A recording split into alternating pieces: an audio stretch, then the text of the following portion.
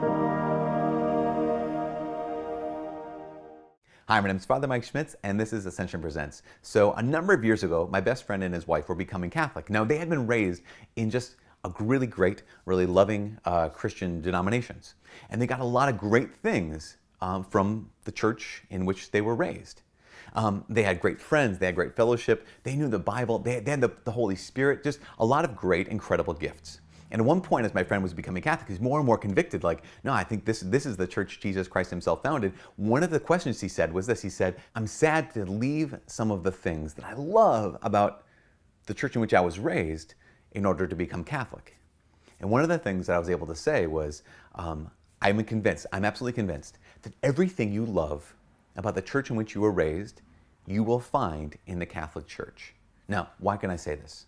Well, how about this? Imagine that a long, long time ago, there was this master shipbuilder.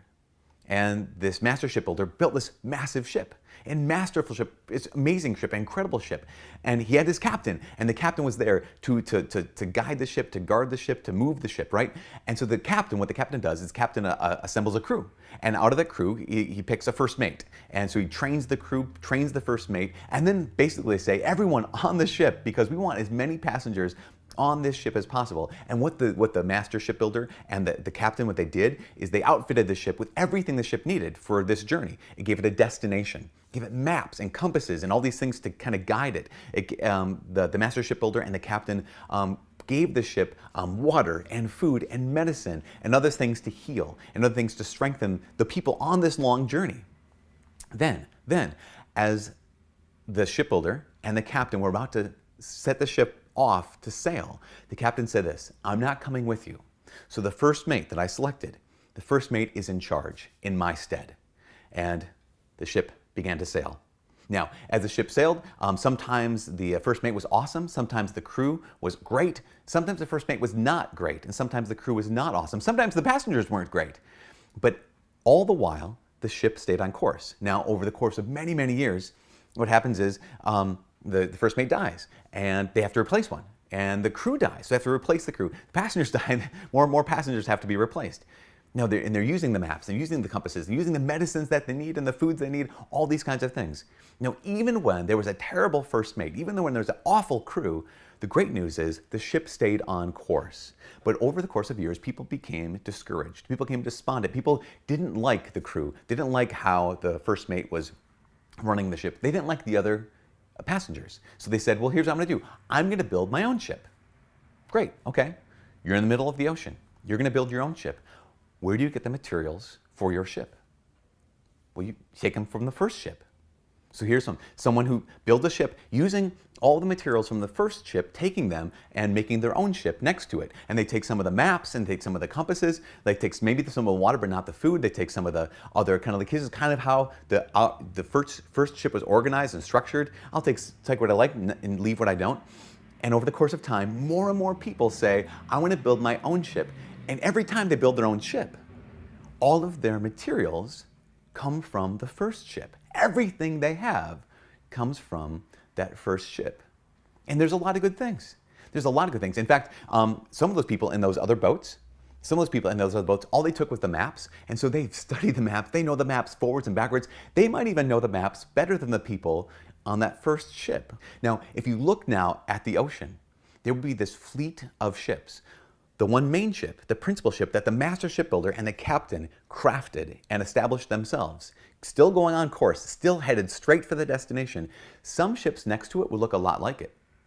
Other ships would be so far away from it that they weren't even going necessarily to the destination anymore. This ultimately, of course, is an analogy.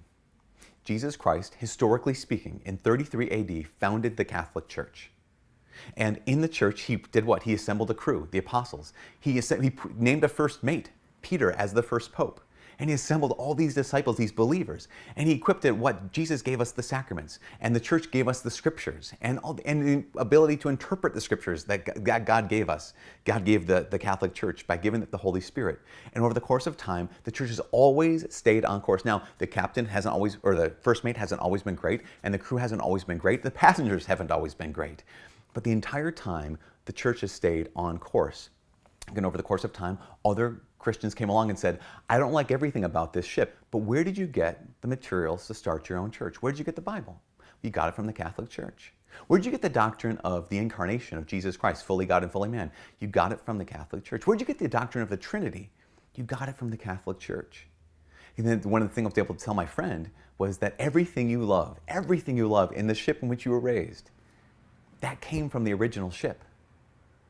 And actually we have it and every other good thing that's found in every other good ship. This is the great news, and this is one of the reasons why I absolutely love being Catholic. Because God the Father sent his son Jesus, the captain, and he established a church.